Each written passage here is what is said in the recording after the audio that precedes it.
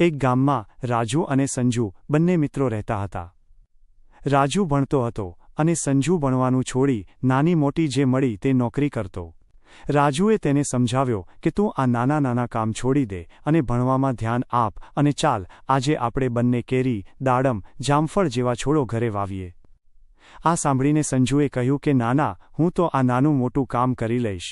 ભણી ગણીને નોકરી લેતા તો ઘણો સમય નીકળી જાય અને આ ફળના છોડ મારે નથી વાવવા, તે ક્યારે મોટા થાય, એના કરતાં હું તો બજારમાં જઈને જ લઈ આવીશ.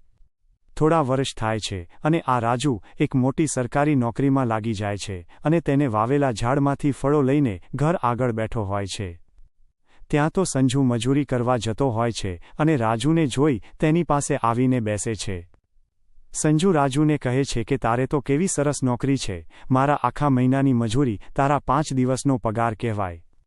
તો રાજુએ કહ્યું કે હા, અને બીજું કે તમે જે કેમિકલ અને દવાવાળા ફળો ખાઓ છો એના કરતાં આ ફળો કુદરતી અને સ્વાદિષ્ટ છે.